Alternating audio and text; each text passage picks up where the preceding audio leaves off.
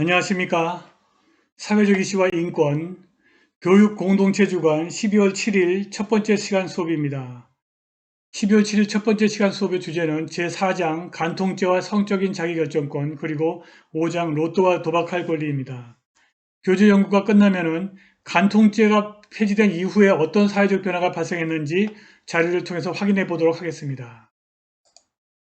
자, 이번 시간에도 앞서 기말시험 공지를 하겠습니다. 사회적 이슈와 인권 기말시험은 12월 8일, 12월 8일 12시부터 13시 13시까지 보게 되겠습니다. 문항은 15개이고 한 문제당 2점씩 배정되어 있습니다. 그리고 평가는 상대평가로 합니다. 같은 내용일지라도 풍부한 내용이 더 상대적으로 더 많은 점수를 받게 됩니다. 문제는 12월 18일 두 번째 시간 수업에 G클래스에 올릴 예정입니다. 답안지 표지에 굵고 크게 사회적 이슈와 인권 2020년 2학기 기말시험 답안지 이렇게 써야 합니다. 그리고 답안지 표지에 소속 학번 성명을 기입하는 것을 잊지 말기 바랍니다. 시험 끝나자마자 경찰행정학과 김현욱 조교에게 보내면 됩니다. 김현욱 조교 전화번호가 054-760-11622이고 이메일 주소는 d1162@uu.ac.kr입니다.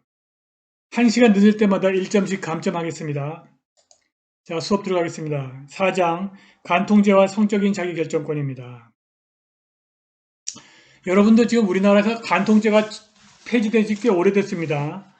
이 간통죄가 폐지된 이유에 대해서 이 장에서 알아보겠습니다. 간통죄라고 하는 것은 부부간의 불륜이 발생했을 경우 그것을 국가가 개입해가지고 처벌하는 것입니다. 간통죄는 민법이 아니고 형법입니다. 형벌로서 부부간의 불륜행위를 처벌하는 것을 처벌하는 법이 폐지된 것입니다.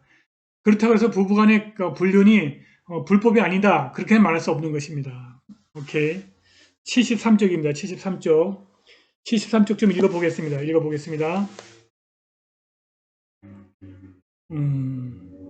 유부남을 사랑한 여자가 있다. 혹은 아내가 아닌 다른 여자를 사랑한 남자가 있다. 사랑은 죄가 아니다. 비록 금지된 사랑일지라도 그렇다. 오히려 그것은 운명에 가깝다.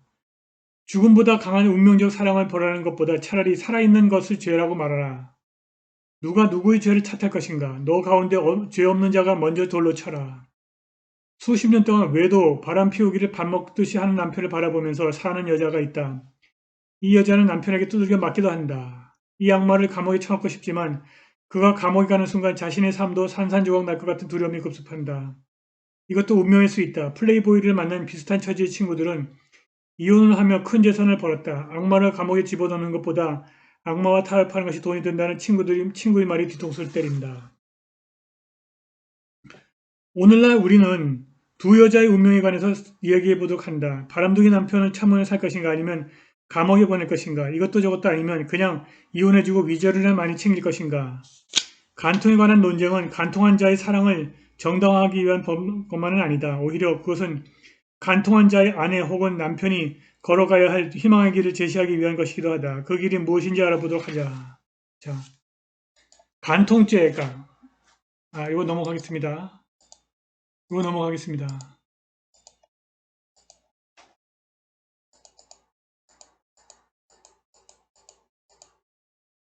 자, 4장 간통죄입니다. 간통죄에 찬성하는 논거와 반대하는 논거입니다. 간통죄라는 것을 다시 말씀드립니다. 어떤 남편이나 아내가 다른 여자나 다른 남자와 성행위를 하는 것을 간통이라고 합니다. 근데 그 간통죄는 이것은 형법입니다. 형법에 의해서 그런 죄를 처벌하는 것을 말합니다. 대부분의 나라들은 이거 폐지하고 없습니다. 우리나라도 몇 년 전에 이게 폐지됐습니다. 간통죄의 개념과 입법리를 보시겠습니다. 형법 등 사건에서 헌법재판소에 의해서 단순 위헌으로 결정되기 이전의 것을 말한다. 형법에 규정된 간통죄는 형법에서 간통죄가 위헌으로 판정이 나서 폐지되었습니다. 이 형법에 규정된 간통죄는 과거에 폐지되기 2015년 이전의 얘기입니다. 형법에 의해 규정된 간통죄는 배우자 있는 남자, 유부남 또는 유부녀가 배우자 이외의 남성 또는 여성과 간통하는 경우에 처벌되는 범죄를 말한다. 여기서 간통이란 성행위를 의미하고 성행위는 일반적으로 남녀 간의 비밀리에 이루어지기 때문에 증명이 대단히 어렵다는 특징을 갖는다. 따라서 법원은 간통 사실에 관한 직접적인 증거가 없다고 하더라도 구체적인 정황과 같은 간접적인 증거를 종합하여 경험 법칙에 따라서 간통 여부를 판단하고 있다. 과거에 간통 여부를 어떻게 판단했는지 판례를 좀 읽어보겠습니다. 남녀 간의 정사를 내용으로 하는 간통죄는 행위의 성질상 통상 당사자 간의 극비리에 또는 외부에서 알아보기 어려운 상태하에서 감행되는 것이어서 이에 대한 직접적인 물적 증거나 증인의 존재를 기대하기가 극히 어렵다 할 것이어서 간통죄에 있어서는 범행이 전후 정황에 관한 재반 간접 증거들을 종합하여 경험칙상 범행이 있었다는 것을 인정할 수 있을 때에는 이를 유죄로 인정하여야 한다. 서로 사랑하여 상대방을 재혼 대상으로까지 생각하고 있었던 성인 남녀가 심야 여관에 함께 투숙하였고 투숙한 지 1시간 30분가량 지난 뒤에 그들이 함께 묵고 있던 여관 객실에 다른 사람들이 들어가 보니 남자는 팬티만 입고 있었고 여자는 팬티와 브라우스만 입고 있었으며 방바닥에 구겨진 화장지가 여러 장 널려 있었다 하면 두 남녀가 서로 정을 통하였다고 인정하는 것이 경험칙에 비추어 정당하다는 것이다. 이 정도만 되면 간통을 인정한다 이런 얘기입니다. 그 밑에 문단입니다. 배우자 있는 자와 간통한 상대방 남성 또는 여성도 동일하게 처벌이 됩니다. 처벌했었습니다. 간통죄는 친고죄이기 때문에 반드시 피해자인 배우자의 고소가 있어야 한다. 피해자인 배우자가 간통을 종용하거나 유서한 경우는 고소할 수가 없습니다. 배우자가 고소를 하려면 반드시 혼인을 해소하거나 이혼 소송을 제기해야 됩니다. 그러니까 옛날에 간통죄가 있었을 때 자기 남편이나 부인이 간통했다고 고소를 하게 되면 그건 반드시 이혼을 전제로 한 소송이어야 된다 이런 얘기입니다. 고소를 제기한 후 다시 혼인을 하거나 이혼 소송을 취하하면 간통에 대한 고소가 취소된 것으로 간주했습니다. 자, 275쪽 판례 4.2 보시겠습니다. 간통의 종용. 당사자가 더 이상 혼인관계를 지속할 의사가 없고 이혼 의사의 명백한 합치가 있는 경우에는 비록 법률적으로는 혼인관계가 존속한다 하더라도 상대방의 간통에 대한 사전 동의라고 할 수 있는 종용에 관한 의사표시가 그 합의 속에 포함되어 있는 것을 보아야 하고 이혼 의사의 명백한 합의가 있었는지 여부는 반드시 서면에 의한 합의서가 작성된 경우뿐만이 아니라 당사자의 언행 등 여러 가지 사정으로 보아 혼인 당사자 쌍방이 더 이상 혼인관계를 유지할 의사가 없었던 사정이 인정이 되고 어느 일방의 이혼 요구에 상대방이 진정으로 응낙하는 언행을 보이는 사정이 인정되는 경우에도 그와 같은 의사합치가 있었다고 인정할 수 있다는 것입니다. 간통의 유서, 간통을 하라고 유인하는 것입니다. 간통죄에 있어서 유서는 배우자의 일방이 상대방의 간통 사실을 알면서도 혼인관계를 지속시킬 의사로 악감정을 포기하고 상대방에게 그 행위에 대한 책임을 묻지 않겠다는 뜻을 표시하는 일방행위로서 간통의 유서는 명시적으로 할 수 있으면 물론 묵시적으로도 할 수 있는 것이어서 그 방식에 제한이 있는 것은 아니지만 감정을 표현하는 어떤 행동이나 의사의 표시가 유서로 인정되기 위해서는 첫째, 배우자의 간통 사실을 확실하게 알면서도 자발적으로 한 것이어야 하고 둘째, 그와 같은 간통 사실에도 불구하고 혼인관계를 지속시키려는 진실한 의사가 명백하고 믿을 수 있는 방법으로 표현되어야 한다. 간통죄의 고소 이후 이혼 등 청구소가 계속 중에 혼인 당사자인 고소인과 피고소인이 동침한 사실이 있다는 사정만으로는 고소인이 피고소인의 간통행위를 유서했다고 볼 수는 없다는 것입니다. 오케이. 그 밑에 줄입니다. 간통죄에 대해서는 첫 번째, 개정 전의 프랑스 형법이나 이탈리아의 구형법과 같이 남편과 부인의 간통에 대하여 다르게 처벌하거나 1947년 폐지되기 이전의 일본의 구형법이나 이와 유사한 1953년 폐기되기 이전의 우리나라의 구형법과 같이 부인의 간통만을 처벌한 남녀 불평등 처벌주의, 2015년 위헌 결정 이전에 우리나라 형법과 유럽의 오스트리아, 스위스 그리고 미국 일부주에서 규정한 남녀 평등 차별주의, 간통죄를 폐지하여 간통에 대하여 형사적 제재를 하지 않는 덴마크, 스웨덴, 일본, 독일, 프랑스 같은 남녀 평등 불벌주의가 있다. 남녀 평등 처벌주의를 채택했던 우리나라에서 2000년대 초 검찰에서 처리된 간통범의 인원은 매년 1만 명을 넘어서나 감소 추세를 보이다가 2010년대에 접어들면서 3000년대를 기록했다. 그러면 폐지되기 전에 있었던 간통죄에 대한 찬성하는 논거를 알아보겠습니다. 위헌 결정 이전의 헌법재판소 판례의 다수견에 따르면 간통죄를 존치시켜야 하는 논거로서 첫 번째, 선량한 성도덕과 일부 일처주의 혼인제도의 유지 및 가족생활의 보장. 두 번째, 부부간의 성적인 성실 의무의 수호 그리고 간통으로 인하여 야기되는 사회적 해악의 사전 예방 등이다. 이러한 논거는 2015년 간통죄 위헌 결정에 대한 재판관 2인의 반대 의견에도 찾아볼 수 있다. 그 밖에 여성의 보호도 간통죄에 찬성하는 중요한 논거로서 여성운동 진영에서 자주 인용된다. 또한 간통죄 조항의 일반 예방 효과를 전제하면서 간통죄를 폐지하면 간통행위가 걷잡을 수 없이 증가함으로써 사회 전반적으로 성적인 문란이 초래되는 부작용을 염려하기도 한다. 간통죄 찬성론을 한마디로 요약하자면 간통죄는 가정과 여성 및 성도덕을 보호하는 제도라는 것이다. 과연 그럴까요? 자, 다음에 간통죄에 반대하는 논거를 알아보겠습니다.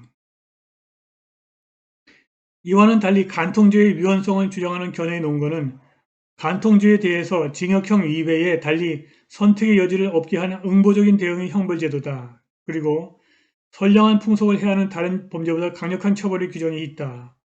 여성에게 더 가혹하게 적용되는 파행성이 있다. 예를 들어서 경제적인 약자인 여성이 간통한 경우에는 남편에게 위자료를 주고 고소를 취하하게 할 수 있는 가능성이 적었다는 것입니다. 네 번째, 과도한 위자료를 받아내려는 목적을 위한 악용 가능성이 있다. 다른 나라에서는 폐지되는 세계적인 경향이 있다. 간통죄는 친고죄이며 고소는 혼인의 해소나 이혼 소송의 제기를 전제로 하기 때문에 오히려 가정을 파탄시킨다는 점이다. 간통죄의 일반 예방 효과가 없다는 점이다. 피해자의 성향이나 간통 행위자의 경제적 능력에 따른 불평등한 적용 가능성이다.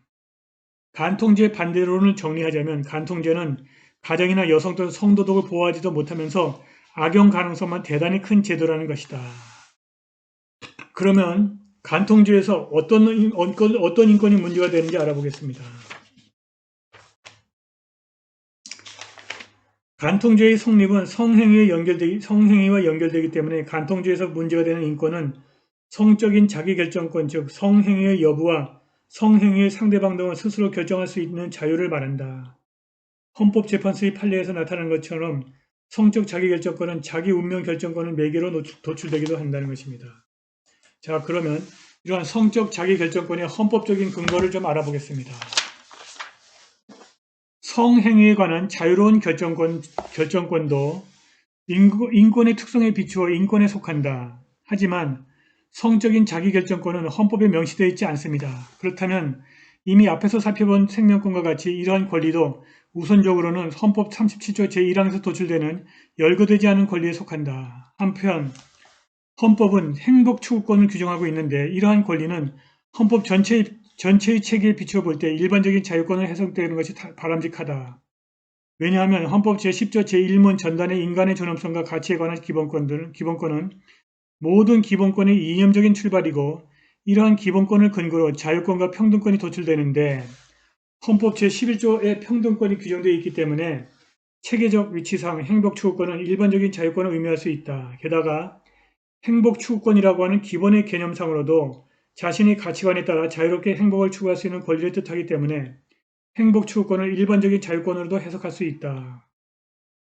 행복추구권이 일반적인 자유권을 의미한다면 이러한 일반적인 자유권은 개별적인 자유권으로 구체화된다.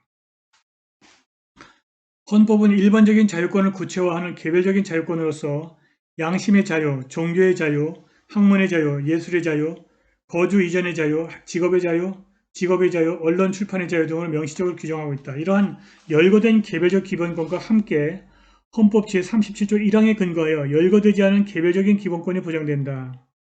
따라서 헌법에 명시되지 않은 기본권은 우선은 헌법 37조 1항에 의해서 직접적으로 도출되지만 적어도 열거되지 않은 자유권의 경우에는 간접적으로 일반적인 자유권을 의미하는 행복추구권을 근거로 삼을 수도 있다.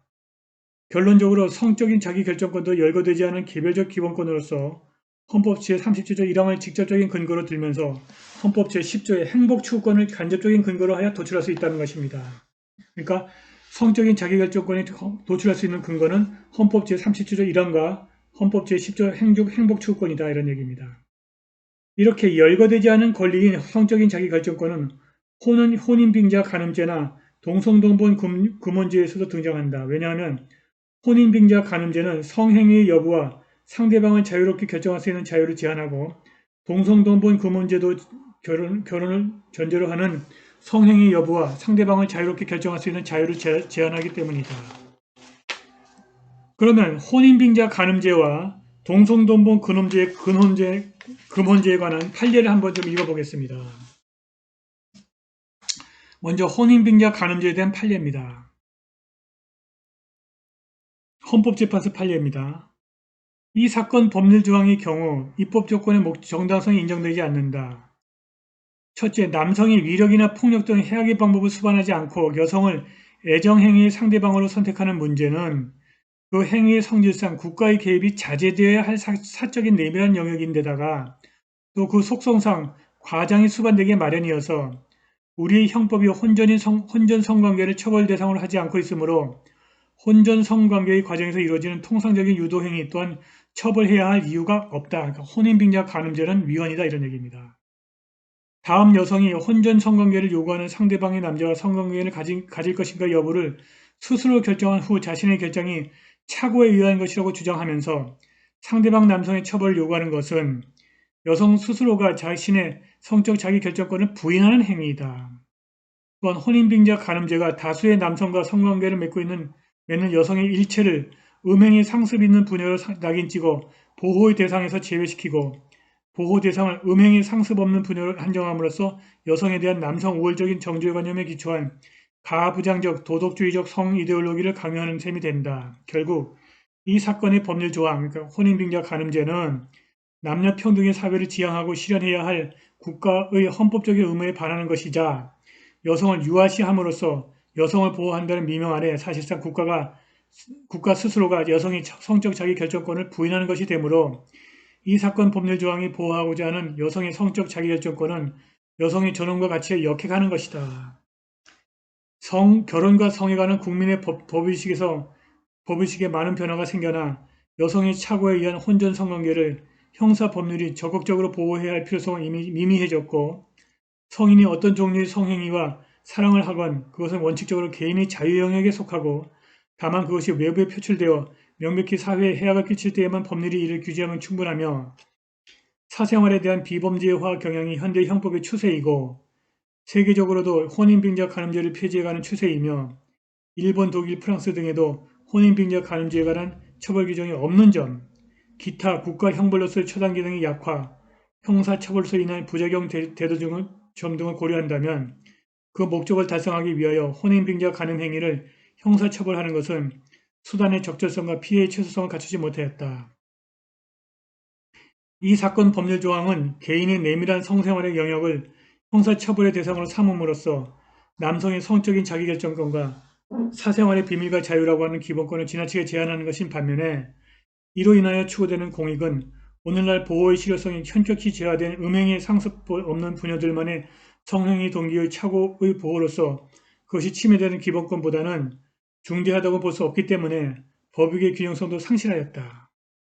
결국 이 사건 법률 조항, 즉 혼인빙자 간음죄는 그 목적의 정당성, 수단의 적절성 및 피해의 최소성을 갖추지 못하였고 법익의 균형성도 이루어지지 못하였으므로 헌법 제37조 2항의 과잉금치 원칙을 위반하여 남성의 성적 자기결정권 및 사생활의 비밀과 자유를 과잉 제한하는 것으로 헌법에 위반된다 하였습니다. 이렇게 혼인빙자 간음죄는 헌법 위헌이다 이런 얘기입니다. 다음에 판례, 동성동본 금혼죄에 관한 헌법재판소의 판례입니다. 중국의 동성금혼 사상에서 유래하여 조선시대를 거치면서 법제화되고 확립된 동성동본 금혼제도는 그 제도 생성 당시의 국가정책, 국민의식이나 윤리관 및 경제구조와 가족제도 등이 혼인제도에 반영된 것으로서 충효정신을 기반으로 한 농경중심의 가부장적, 신분적 계급사회에서 사회 질서를 유지하기 위한 수단의 하나로서의 기능을 하였다.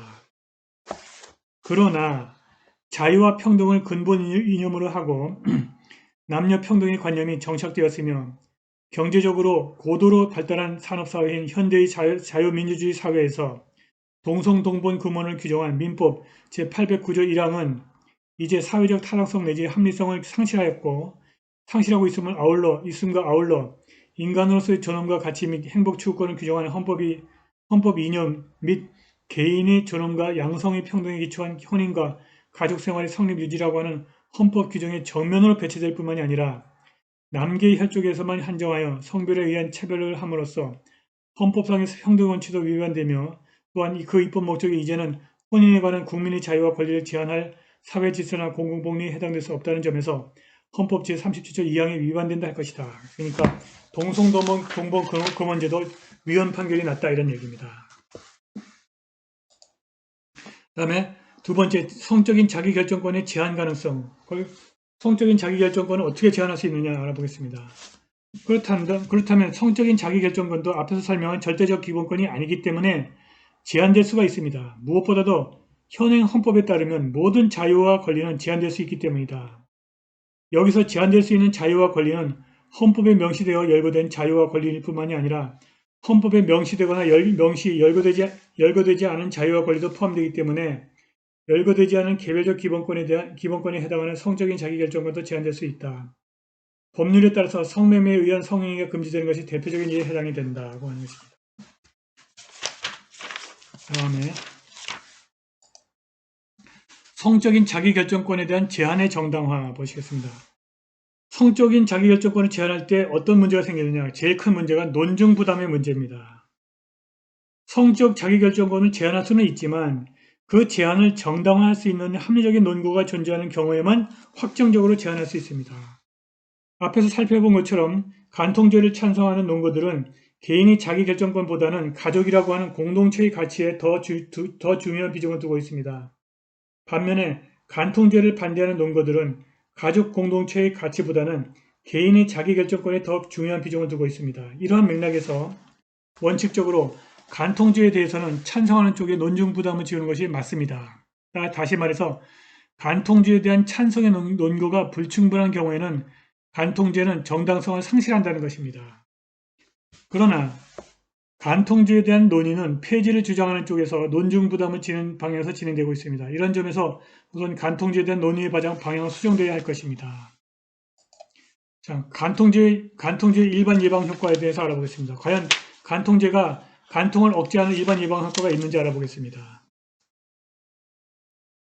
간통죄를 찬성하는 논거는 결국 배우자 있는 자와 간통에 대하여 형벌을 부과함으로써 그러한 간통을 억제 또는 예방할 수 있다는 데 모아집니다. 물론 간통을 억제하면 가정을 보호할 수 있고 특히 남성의 간통이 더 많다는 점에서 여성을 보호하는 효과도 있게 된다. 하지만 간통은 간통죄에 관한 헌법재판소의 소수견해에서 주장되고 있듯이 개인의 심리적인 상태와 관련된 일종의 확신범이나 양심범의 문제이기 때문에 범죄 예방의 효과가 반드시 존재한다고 예상하기는 어려운 면이 있다. 간통의 전제가 된 애정은 개인의 감정에 관한 문제로서 외부적인 위협으로 통제될 수 있는 성질인 것이 아니고 심지어 통제되어서는 안 되는 영역에 속하기 때문이다. 특히 간통죄로 처벌되는 애정행위는 육체적인 행위에 간정되어 있기 때문에 정신적 사랑에 대한 예방 효과는 전혀 없다고 볼 수 있다. 다음에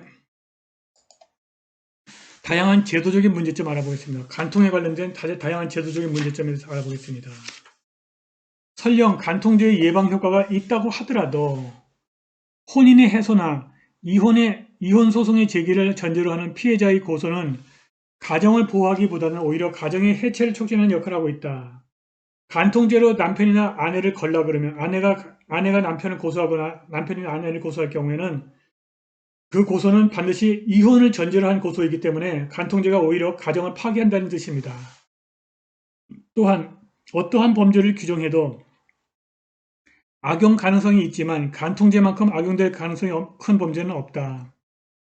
간통죄는 배우자를 협박하거나 위자료를 더 받아내려는 수단 또는 간통 당사자를 정치적으로 매장시키려는 수단으로 악용될 수 있기 때문이다. 그리고 간통죄는 기소율이 15% 내지 20% 정도 대단히 낮다는 점에서도 이 범죄의 실효성에 대해서는 의문이 제기되고 있습니다. 더 나아가 이러한 악용 가능성을 전제로 할 때 간통죄는 이른바 유전무죄, 무전유죄의 현실에 따라서 경제적 강자, 남성이든 여성이든 보다는 경제적 약자에게 대해서에게 대단히 불리하게 작용될 수 있다는 점도 간과될 수 없다. 경제적 약자는 많은 위자료를 지급할 수 있는 능력으로 인해서 경제적 강자는 많은 위자료를 지급할 수 있는 능력으로 인해서 간통죄로 처벌받지 않을 가능성이 크지만 경제적 약자는 위자료를 지급할 수 있는 능력이 없어서 간통죄로 처벌받을 수밖에 없기 때문이다. 특히 여성의 경제력이 향상되었다고는 하지만 여전히 경제적 약자인 여성에게 간통죄는 불리하게 적용될 가능성이 크다. 이러한 점에서 간통죄가 여성을 보호하기 제도라고는 보기가 어렵다는 것입니다. 또한 이전보다는 여성의 지위가 많이 향상되었고 이혼소송의 과정에서 위자료 청구권이나 재산분할 청구권 또는 자녀 양육비 청구권을 행사함으로써 여성이 보호될 수 있기 때문에 간통죄가 더 많은 위자료나 재산을 받아내는 수단으로서 여성을 보호하는 기능은 사라졌다고 볼 수 있다. 그리고 이미 간통죄의 개념에서 살펴봤듯이 간통죄의 성립 여부는 성행위가 있었는지에 관한 증명의 여부에 달려있다. 따라서 수사나 재판 과정에서 개인이 공개하고 싶지 않은 사생활이 과도하게 노출될 수 있다는 단점도 지적된다. 마지막으로 간통죄가 보호하려는 가족제도는 혼인한 부부와 그 자녀로 구성된 전통적인 의미의 가족 개념을 전제로 하면서 혼인이나 혈연을 매개로 하지 않는 다양한 형태의 가족 개념을 배제하고 있던 점을 문제점으로 지적할 수 있다. 또한 간통죄를 통해 보호되는 가족제도는 부모가 모두 존재하는 가정을 정상으로 하는 반면에 이혼한 부부의 한부모 가정은 비정상적으로 차별하고 있다는 점에서 정상가족의 신화를 강화한다는 비판도 있습니다.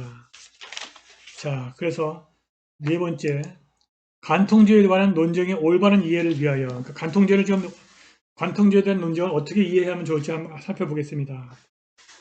간통죄를 폐지해야 한다는 주장이 간통 자체를 정당화하는 주장은 아닙니다. 이 점에 대해서 많은 오해가 있습니다. 간통죄를 폐지해야 된다고 해서 간통을 장려한다 이렇게 보는 건 아닙니다. 따라서 간통죄 존치론이 더 도덕적, 윤리적이라는 견해는 타당하지 않다. 분명히 간통은 도덕적, 윤리적으로 문제가 될 뿐만이 아니라 법적으로도 문제가 된다. 배우자와 자녀에게 심한 배신감과 마음의 상처를 안기기 때문이다. 하지만 간통의 문제를 국가가 형벌을 동원해서 해결하는 것이 정당한 것에 대해서는 의문의 여지가 충분히 있다. 간통은 일종의 범죄로서 형벌로 다루어야 할 것이 아니라 개인 간에 발생한 분쟁의 하나로서 피해에 대한 배상으로도 해결할 수 있기 때문이다. 혼인 계약으로 혼인 당사자에게 발생하는 다양한 의무들, 동거 의무, 부양의 의무, 성적 성취의 의무 등은 국가의 형벌권이 아니라 손해배상 제도를 통해서 관철시키는 것이 합리적이다. 따라서 간통의 폐지가 간통을 부추기고 사회를 윤리적으로 더럽힐 것이라는 주장은 속단이다. 형벌이 부과되는 범죄로 규정된 간통죄를 폐지함으로써 개인의 생활 영역에 대한 국가의 간섭을 줄이고 또한 범죄로 규정되어 있기 때문에 악용 가능성이 높은 간통죄를 폐지함으로써 간통죄의 폐해를 없애보자는 것이 간통죄 폐지론의 핵심적인 내용이다. 굳이 간통죄를 보호하려는 일부 일처제를 관찰하려면 중혼을 금지하고 이를 처벌하는 편이 바람직할 것이다. 그래서 지금 헌법재판소가 입장이 상당히 변했고 결국 위헌 판결이 나서 폐지됐습니다. 지금은 폐지되고 없습니다. 헌법재판소는 2001년 결정에서 첫째, 기본적으로 개인 간의 윤리적 문제에 속하는 간통죄는 세계적으로 폐지 추세에 있으며 둘째, 개인이 사생활 영역에 속하는 내밀한 성적 문제에 법이 개입하면 부적절하고 셋째,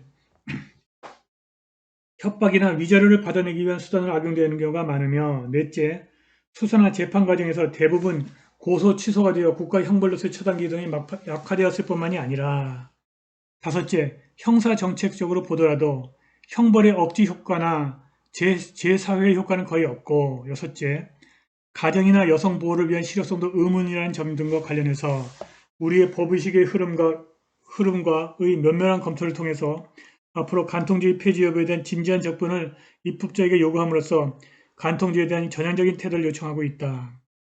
그리고 2008년 결정에서 위헌 의견이 다수인 5인이 일어났으나 안타깝게도 정족수 미달로 합헌 결정을 하게 되었다. 결국 7년이 지난 2015년에 이르러서야 비로소 7인의 찬성으로 위헌 결정을 하게 됐다. 그래서 지금 간통죄는 폐지됐습니다. 자, 먼저 판례 간통죄의 위헌성 알아보고 교재 연구가 끝나면 이제 간통 이후에 간통제 폐지 이후에 어떤 변화가 있는지 좀 알아보겠습니다. 자, 85쪽에 8례 6, 4.6 간통제의 위헌성입니다. 재판관 박한철, 재판관 이진성, 재판관 김창종, 재판관 서기석, 재판관 조용호의 위헌 의견입니다.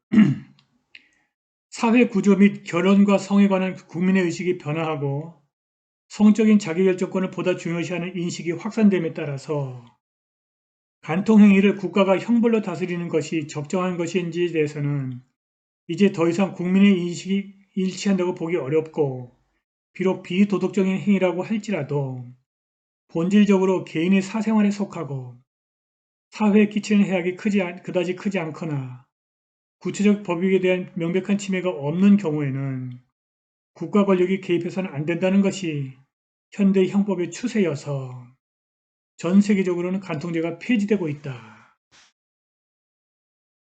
또한 간통죄의 보호법익인 혼인과 가정의 유지는 당사자의 자유로운 의지와 애정에 맡겨야지 형벌을 통해서 타율적으로 강제될 수는 없다는 것이며, 현재 간통으로 처벌되는 비율이 매우 낮고 간통 행위에 대한 사회적인 비난 역시 상당한 수준으로 낮아져서 간통죄는 행위 규제 규범으로서의 기능을 잃어가고 형사 정책상 일반 예방 및 특별 예방의 효과를 거두기도 어렵게 되었다.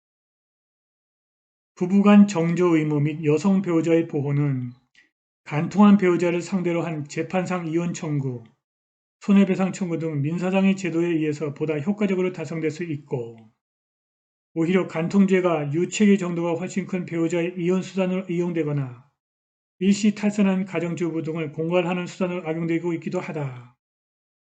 결국 심판 대상 조항은 과잉금지 원칙에 위배하며 국민의 성적인 자기결정권 및 사생활의 비밀과 자유를 침해하는 것으로 헌법에 위반된다. 이렇게 위헌 판결을 내렸습니다. 두 번째, 재판소 김희수의 위헌 의견입니다. 간통죄의 본질은 자유로운 의사에 기하여 혼인이라고 하는 차외제도를 선택한 자가 의도적으로 배우자에 대한 성적인 성실 의무를 위배하는 성적인 배임 행위를 저지른 데 있다.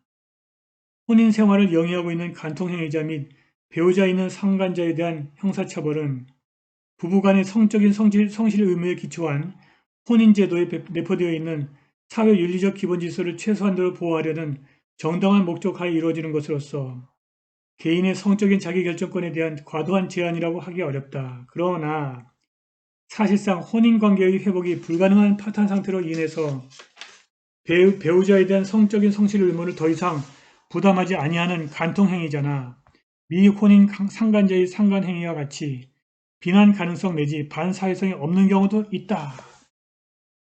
그럼에도 불구하고 심판 대상 조항이 일률적으로 모든 간통행위자 및 상간자를 형사처벌하도록 규정한 것은 개인의 성적인 자기결정권을 과도하게 제한하는 국가 형벌권의 과잉 행사로서 헌법에 위반된다고 하겠다. 라는 재판관 강일원의 위헌 의견입니다. 간통 및 상간 행위가 내밀한 사생활의 영역에 속하는 것이라고 해도 이에 대한 법적인 규제를 할 필요성은 인정이 되고, 그에 대한 규제 정도는 원칙적으로 입법자가 결정할 사항이므로 입법자가 간통 행위를 예방하기 위하여 형벌이라고 하는 제재의 수단을 도입한 것이 그 자체로 헌법에 위반된다고 볼 수는 없다. 그러나 형법은 간통죄를 친고죄로 규정하면서 배우자의 종용이나 유서가 있는 경우 간통죄를 고소할 수 없도록 규정하고 있는데, 소극적인 소추 조건인 종용이나 유서의 개념이 명확하지 않아서 수범자인 국민이 국가 공권력 행사의 범위와 한계를 확실하게 예측할 수 없기 때문에 심판 대상 조항은 명확성 원칙에 위배되며, 간통 및 상간 행위에는 행위의 태양에 따라 죄질이 현저하게 다른 수많은 경우가 존재함에도 반드시 징역형으로만 응징하도록 한 것은 구체적인 사안의 개별성과 특수성을 고려할 수 있는 가능성을 배제 또는 제한하여 책임과 형벌 간의 비례의 원칙에 위배되어 이래서 헌법에 위반된다. 그러니까 재판관마다 약간씩 위헌이라고 한 결론은 같지만 위헌에 도달하는 이유는 약간씩 다릅니다. 자, 네 번째, 재판관 이정미, 재판관 안창호의 반대 의견입니다. 이들은 간통이 합헌이라고 본 겁니다.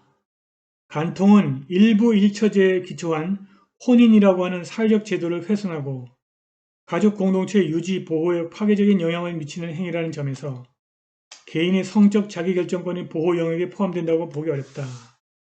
배우자 있는 자의 간통 및 그에 동조한 상간자의 행위는 단순한 윤리적, 도덕적 차원의 문제를 넘어서 사회 질서를 해치고 타인의 권리를 침해하는 것이라고 보는 우리 사회적인 법의식은 여전히 유효하다.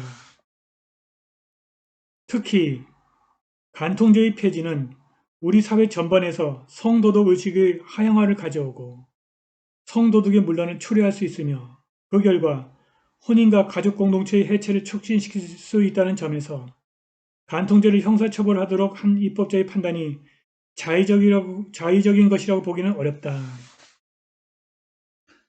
부부 공동생활이 파탄되어 회복할 수 없을 정도의 상태에 이르러서 더 이상 배우자에 대한 성적인 성실 의무를 부담한다고 볼 수는 없는 경우에는 간통행위가 사회윤리 내지 사회상규에 위배되지 아니하는 행위로서 위법성이 조각될 여지가 있으므로 과잉 처벌의 문제는 발생하지 않을 수 있다. 심판 대상 조항은 징역형만을 규정하고 있으나 법정형의 상한 자체가 높지 않아서 지나치게 과중한 형벌을 규정하고 있다고도 볼 수 없고 벌금형에 의할 경우 간통행위자에 대하여 위화력을 가지기가 어렵기 때문에 형벌체계상 균형에 반하는 것이라도 할 수 없다. 또한 현행 민법상의 제도나 재판 실무에 비추어 보면 간통죄를 폐지할 경우 수많은 가족 공동체가 파괴되고 가정 내 약자와 어린 자녀들의 인권과 복리가 침해되는 사태가 발생할 것을 우려하지 않을 수 없다. 따라서 심판 대상 조항은 과잉금지 원칙에 위반된다고 할 수도 없다. 이건 합헌이다 이런 얘기입니다. 그렇다면 과연 이 간통죄가 폐지된 이후에 사회적으로 어떤 변화가 발생했는가? 과연 간통죄가 폐지되어서 여성의 법익이 보호되었는가? 아니면 간통죄가 사회적으로 가족을 많이 파괴했는가? 그 부분에 대해서 좀 알아보겠습니다.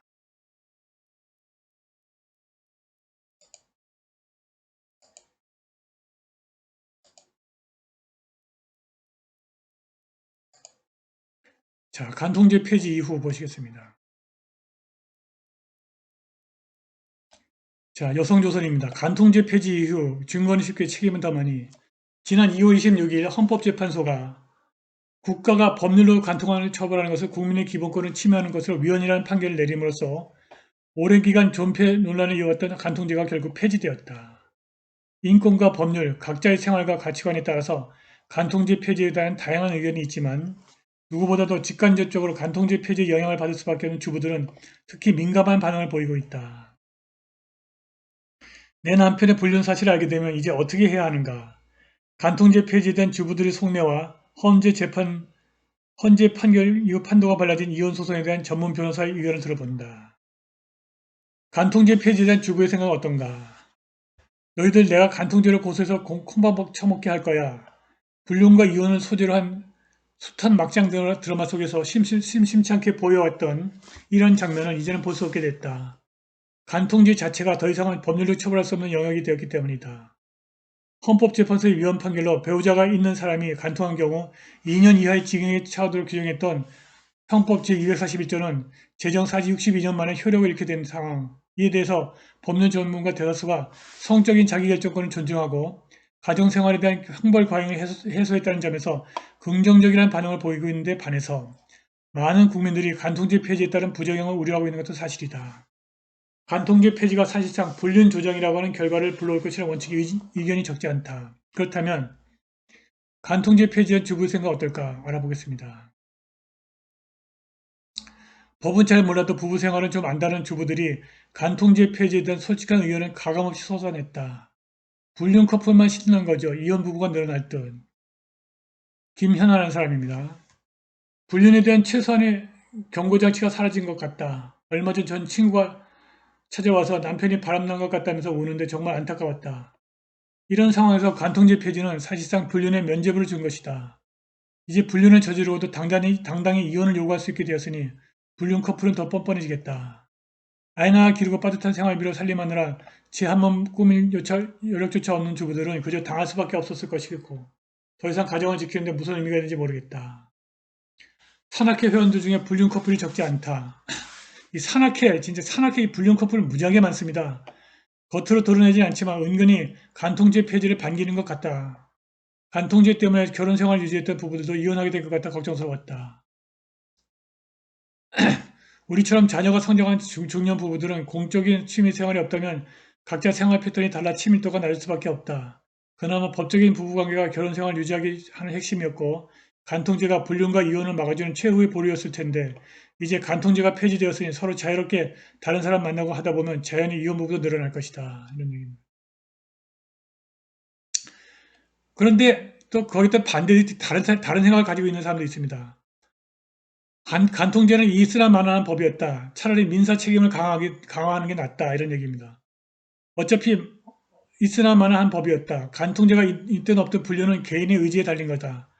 간통죄가 있어도 실형을 선고받은 사람 많지 않다고 들었다. 그리고 간통죄로 배우자를 처벌하려면 이혼을 해야 하는데 애초에 이혼 의사가 없다면 간통죄 자체가 무의미하다. 그다음에 간통죄 폐지는 형사범으로 처벌이 안 되는 것이고 민사소송으로는 대가를 치르게 할 수 있다고 들었다. 배우자가 바람을 피워 이혼을 하게 된 경우에는 민사상 위자료나 재산 분할 정도를 크게 높였으면 좋겠다. 이런 얘기입니다. 그 뒤에 그럼 이혼 소송 어떻게 바뀌나? 간통죄 폐지로 불륜을 저지른 배우자에 대한 형법상 처벌이 불가능해진 상황에서 이혼 소송의 판도 역시 상당 부분 달라질 것으로 예상된다. 전문가들은 먼저 간통죄 폐지가 곧 불륜에 대한 무죄를 뜻하지는 않는다고 전제한 뒤에 이혼 소송 시 배우자의 불륜을 증명하는 방법부터 위자료와 재산 분할에 이르기까지 큰 변화가 생길 것이라 보았다.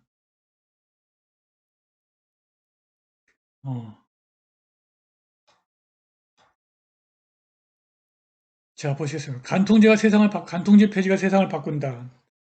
62년 만에 간통죄가 폐지되면서 간통죄로 재판 중이거나 형사처벌을 받은 이들은 바로 사건이 종료되거나 무죄 판결을 받았다. 이에 따라 그동안 간통죄로 처벌받은 사람들은 재심을 청구할 수 있게 되었다.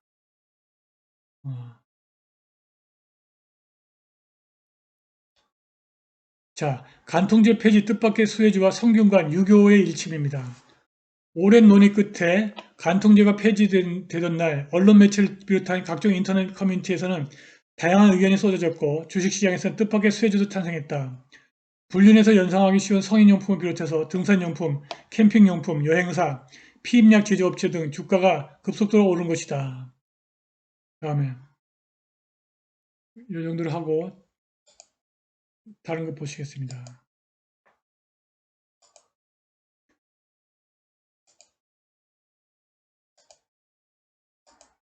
자, 간통죄가 폐지되고 1년 후 어떤 일이 벌어졌는가 한번 보겠습니다. 간통죄 폐지 1년 이후 일어난 세 가지 일입니다. 간통죄가 폐지되면 마음대로 불륜을 저질러도 된다는 인식이 퍼져서 가정 파탄과 이혼 소송이 급증하는 등 판도라의 상자가 열리는 것 아니냐는 우려가 있었다.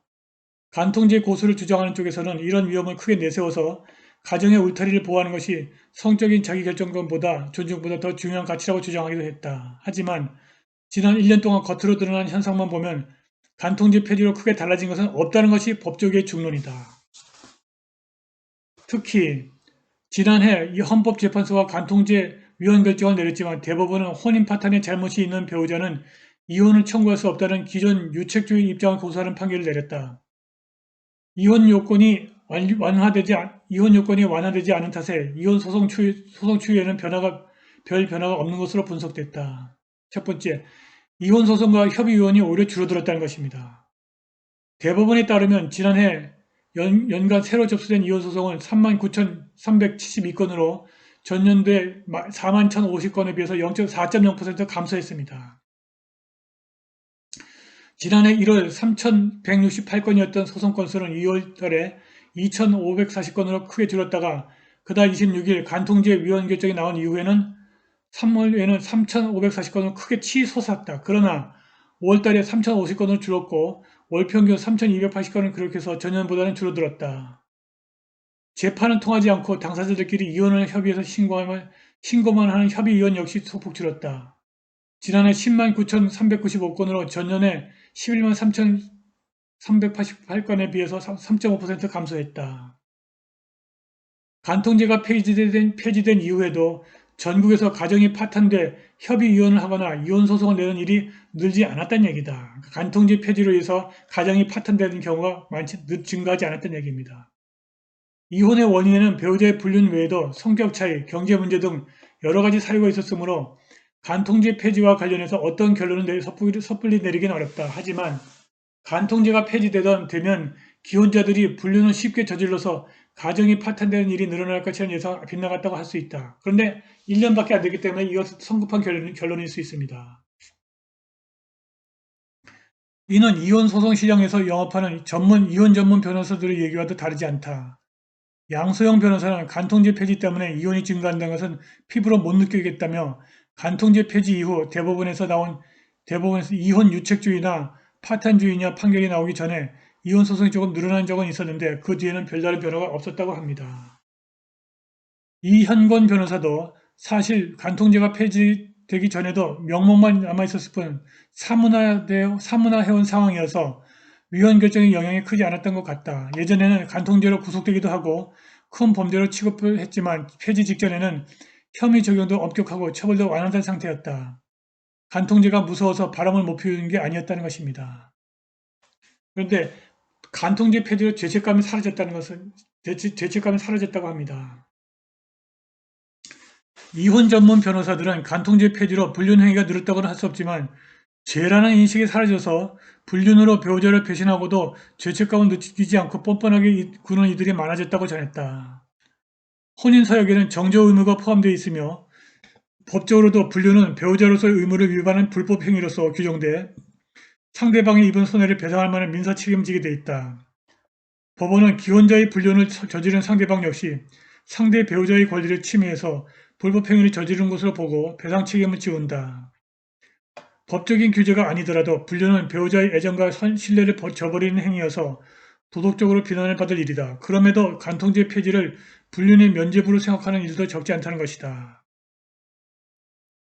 특히 배우자가 바람을 피워서 정신적인 고통을 받으면서도 자녀를 위해서 참고 사는 경우가 많은데 간통까지 없어져서 버젓이 불륜 관계를 이어가고 배우자에게 미안해하지도 않는 경우가 문제로 지적되고 있다. 오케이.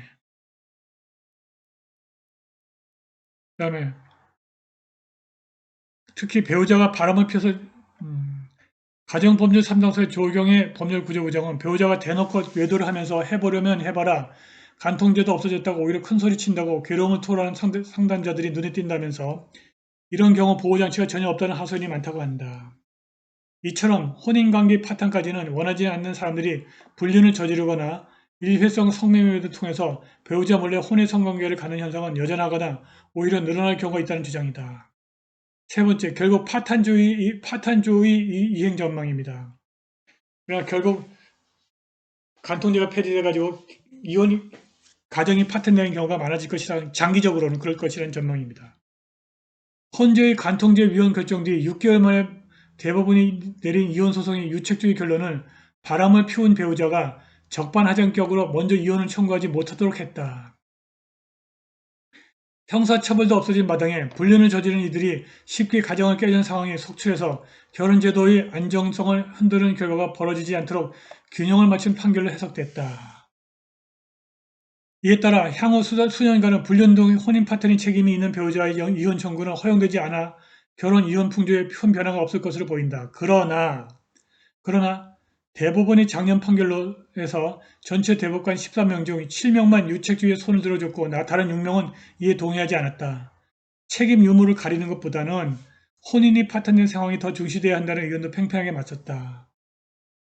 대법관들이 이러한 인식 지형을 보면 앞으로 결혼과 성문화의 개방에 따라서 파탄주의를 인정하는 대법원 판결이 나올 날도 멀지 않았다는 전망이 지배적이다. 게다가 이미 작년 대법원 판시에서도 유책주의를 유지하되 예외적으로 유책 배우자의 이혼 청구를 인정하는 범위가 넓어져서 별거 기간이 오래된 경우나 가족 부양 책임을 성실히 이해한 경우 등은 이혼이 허용되고 있습니다. 양소영 변호사는 간통죄 폐지 이후 혼인이 순결성에 관한 인식이 확실히 없어진 것 같다. 결국 파탄주의로 이행을 가속화하는 역할을 하지 않을까 생각한다고 말했습니다.